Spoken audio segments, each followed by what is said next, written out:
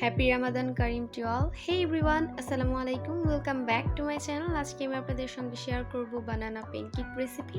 Already আমার চ্যানেলে আরেকটা প্যানকেকের রেসিপি আছে, সেটা বানানা ছাড়া ছিল। তো সেই প্যানকেকটার রেসিপি আমি ডেসক্রিপশন লিংক দিয়ে দিব, আপনারা চাইলে সেখান থেকে দেখে নিতে পারেন।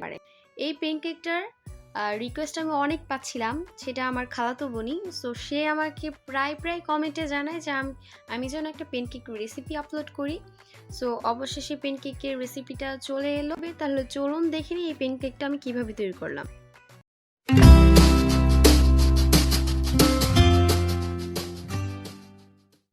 বানানা প্যানকেক তৈরি করার জন্য এখানে আমি একটা ফ্রেশ কলা নিয়ে নিয়েছি, মাঝারি সাইজে, খুব বেশি বড় না। কলাটা ছিলে নিচ্ছি, তারপর মাছ বরাবর চাকু দিয়ে কেটে নিচ্ছি যাতে কলাটা গলাতে খুব সুবিধা হয়।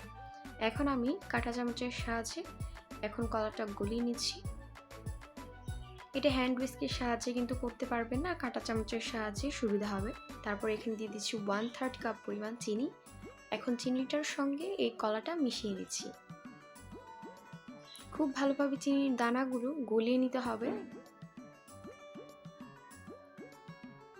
গলিয়ে নেওয়ার পর এখানে আমি নিয়ে নিচ্ছি 2 টেবিল চামচ পরিমাণ বাটার। আপনারা চাইলে 2 টেবিল চামচ পরিমাণ তেলও নিতে পারেন। এখন বাটারটার সঙ্গে চিনি, কলা খুব ভালোভাবে মিশিয়ে নেব। অনেকটাই ঠিক হওয়ার পর আমি এখানে হ্যান্ড হুইস্কের সাহায্যে মিশিয়ে নিচ্ছি। তারপর এখানে আমি দিয়ে দিচ্ছি একটা মুরগির ডিম। মুরগির ডিমটার সঙ্গেও মিশিয়ে নিচ্ছি।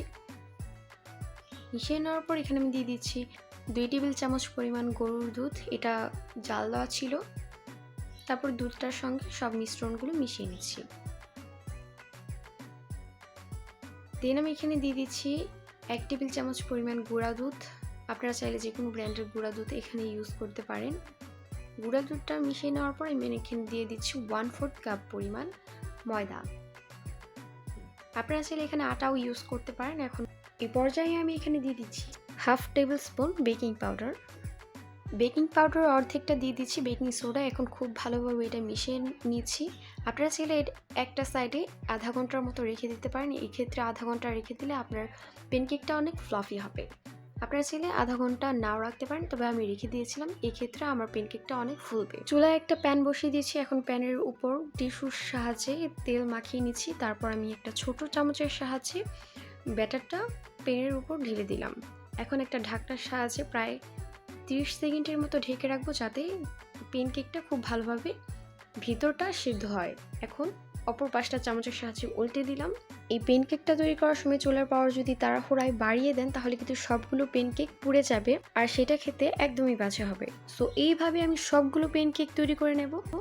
এই প্যানকেকটা আপনারা ইজিলি তৈরি করতে পারবেন বাসায়। তো আমার তো মনে হয় চুলায় যে কেকগুলো তৈরি করা হয় তার মধ্যে এই প্যানকেক তৈরি করাই অনেক ইজি।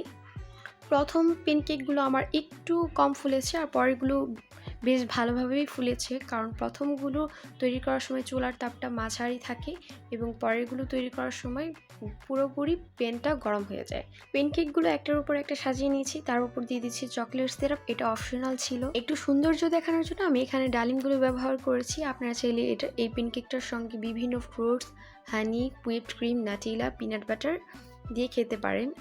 আর প্যানকেকটা একটু আমি ছিঁড়ে দেখাচ্ছি, এটা অনেক সফট ছিল। প্যানকেকটা খেতে যত মজা ততটাই হেলদি। সো আজকের রেসিপিটা ভালো লাগলে প্লিজ আমার চ্যানেলটা সাবস্ক্রাইব করবেন, লাইক করবেন, শেয়ার করবেন। পরবর্তী কী রেসিপি দেখতে চান কমেন্টের মাধ্যমে জানাবেন। আপনারা ভালো থাকবেন, সুস্থ থাকবেন। আল্লাহ হাফেজ।